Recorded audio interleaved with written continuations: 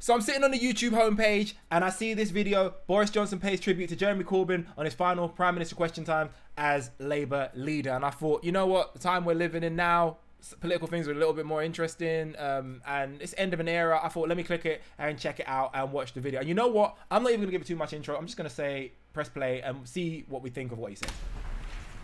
Mr. Speaker, perhaps I could begin by pointing out that this is the Right Honourable Gentleman's last Prime Minister's questions, and it would be appropriate, I think, for me to pay tribute to him for his service to party and indeed to the country over the last 4 years in a very difficult job.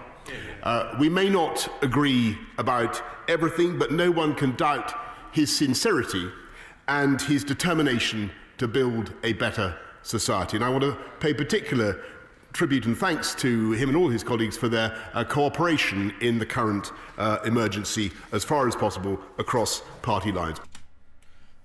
Okay, well, there you go. Now, watching that, depending on your opinion of Boris Johnson, I guess depending on your opinion of Jeremy Corbyn too, you may think he may not be being sincere. He doesn't truly believe the words that he's saying. And if you think that, that's for you to think, but there's no evidence in what you just watched there specifically that could really back you up objectively that he is tricking somebody, lying to somebody, being facetious, being insincere. He just seems like he's saying the most bog standard, respectful, decent things that you should say, given that it's his last Prime Minister questions. It's obviously a difficult job. It's a turbulent time, and he can go through everything he said. It's all written down, and look at what he said. I should begin by pointing out this is the Right Honourable Gentleman's last Prime Minister questions. Of course, that's the thing to do. You know, it may be your opposition, you may not agree, you may be fighting against each other, but it's a handshake. It's what you do at the end of the battle. It's boxers at the end when they hug. It's okay, cool, yeah. It's been a time. It's been a joust. But you know, let's thank you for the honor during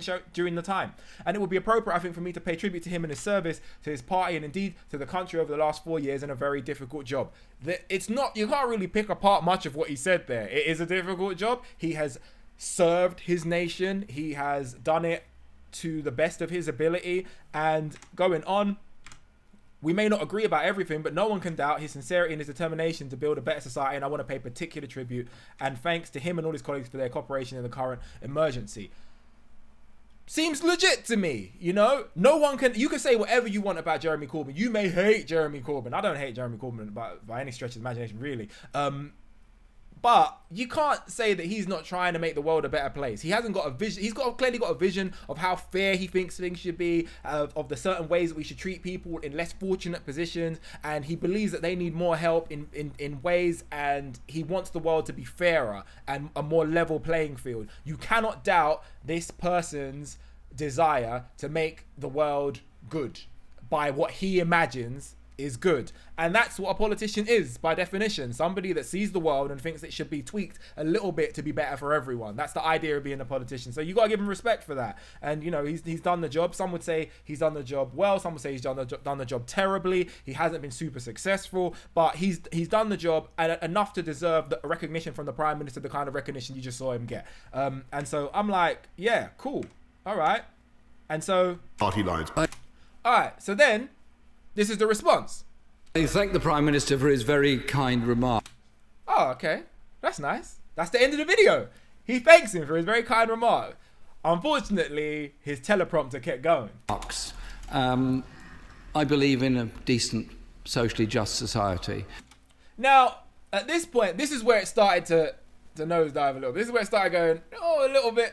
I believe in a decent, socially just society. Now, first of all, I think you're going to struggle to walk down the street and find someone that doesn't believe in a decent society. Like, who wants you got to be in a pretty terrible place yourself to not want your fellow man to be decent to you and to not want to be decent to your fellow person. Like, decency is kind of assumed amongst human beings. It's not a very high bar.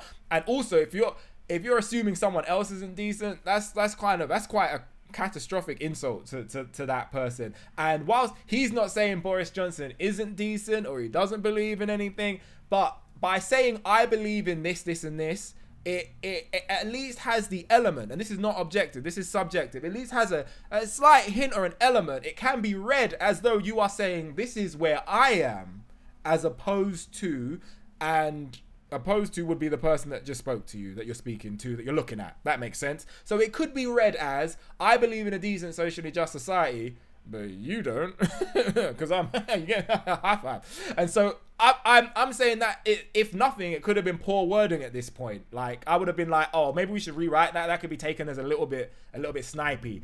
But and then he goes, socially just society, and this is leading on from decent. This is first of all, like, look here. This is the thing with social justice, right? No, if you can't see it, social, right? Just ICE.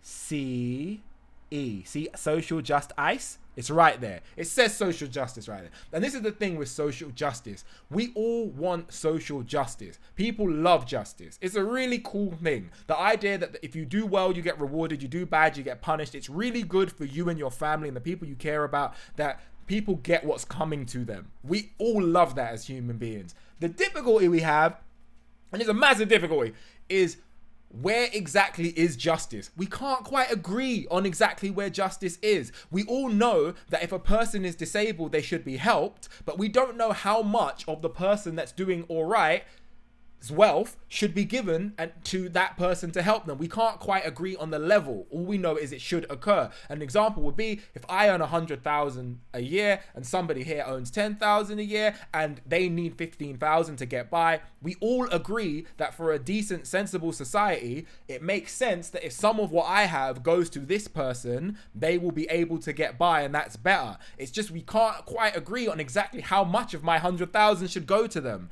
And that is the difficulty. If you were to imagine, if you take that problem, I have 100,000, this person has 10,000, they need 15,000 to live. Without that, they're just going to go further and further into debt and not be able to get by, not have any food, etc., etc. How much of my 100,000 should go to them? If you ask that question to 5, 10, 15, 20 people, they're all going to come up with a different number. People are going to look at the problem differently. They're going to disagree. And that disagreement is all we're having out in the political forum, is we're disagreeing on the level of how decent we... So it really irks me when somebody gets into a political debate and acts as if they're decent, but you're not. Like, they're a good person. It's like, how are we going to have a conversation when fundamentally at the start of the conversation, you believe yourself a better human being than me? Like, obviously, I can't have any kind of point because I'm fundamentally eviler than you. So that's not what he's necessarily saying. I'm just saying it's wording that if someone's writing this for him as a speech and the point of the speech was to make the other person like you, I'd say, nah, let's cross that bit out. Let's do it differently. Say we believe in a social, say we all believe in a decent and socially just society. Anyway, unfortunately, it keeps going. And he was talking as though this was a sort of obituary. I don't think he was, actually. I think obituary is that's definitely like crazy. He's talking as if this is your last Prime Minister questions as the opposition leader, because this is your last Prime Minister questions as the opposition leader. He was telling you this is the end of the way in which we've been doing things up until now, and it's been a hell of a ride, but off you go. You've been a decent opponent, and thank you for your help during this incredible crisis. I don't think he was trying to nail coffin you. He already bodied you in the election. He doesn't need to body you in this in the final remarks. He gave you there's nothing in there that was in any way attacking you, putting you down, saying this is the end of your political career. Like, the people of the country really did that when they didn't vote for you. So, like, meh.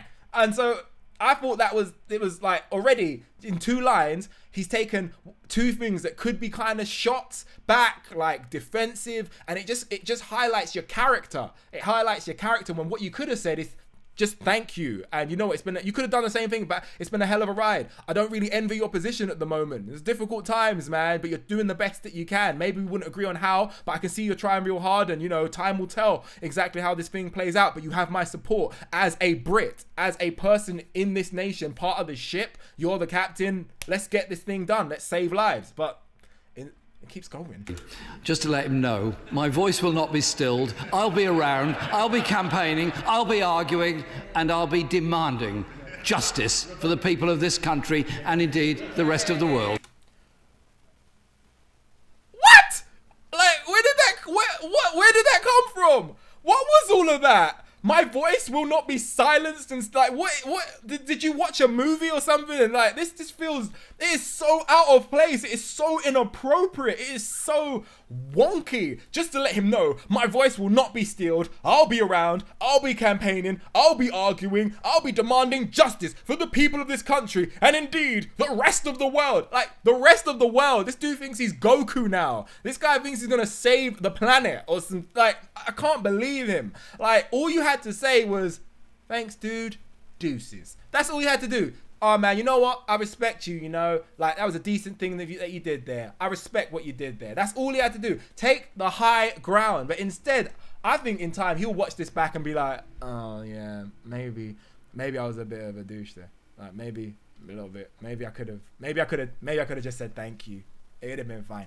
But instead, I kind of went a bit crazy with it. And I think it was a mistake. Like, I believe in a decent social justice. Like, he was talking as though some sort of obituary. Not really. Just to let him know my voice. And then it's not even just what he said. Listen to the. And he was talking as though this was a sort of obituary. Just to let him know, my voice will not be stilled. I'll be around. I'll be campaigning. I'll be arguing, and I'll be demanding justice for the people of this country and indeed the rest of the world. See, when you speak to somebody directly and you use the word justice 2 times and you say that you're on the side of justice, it has the inference that you believe them not to be just, ergo criminal. So what you're saying to him is you and the way in which you do things is unjust. It's that you are for injustice, I am for justice. I am Goku, you are Frieza. You are Zod, I am Kal-El. You get the point. So I just thought that was particularly snipey, particularly in bad faith, bad taste in my mouth. It was just, the whole thing was horrible. I didn't like it. And so I just thought I'd make a video for anyone that didn't see it, and I'm anxious to find out, what do people think? Am I being wrong? I'm not particularly anti-Corbyn. I find his policies and directions to be a little bit wet and a little bit obviously left. I feel like his ideas are nice and all, but there's not like a lot of meat on the bones when you think about them. And when you listen to his speeches, they're all general platitudes of, wouldn't it be good if no one was sick, and wouldn't it be good if the NHS was better, and wouldn't it? And it's kind of like, well, you do, like.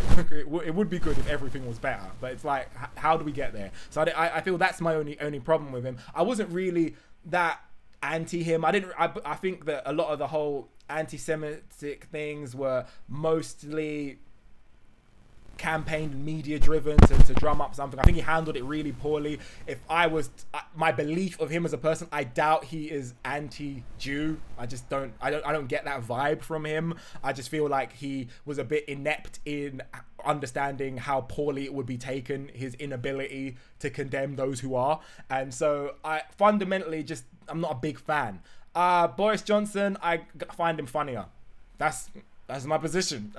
And yeah, so I'm not really super anti this guy, and but I am now though. So like, just to hear as far him again, as possible across. No, I'm just kidding. Let's not hear him again. What do you think? Let me know in the comments. Yeah, dude thinks he's Goku. Peace.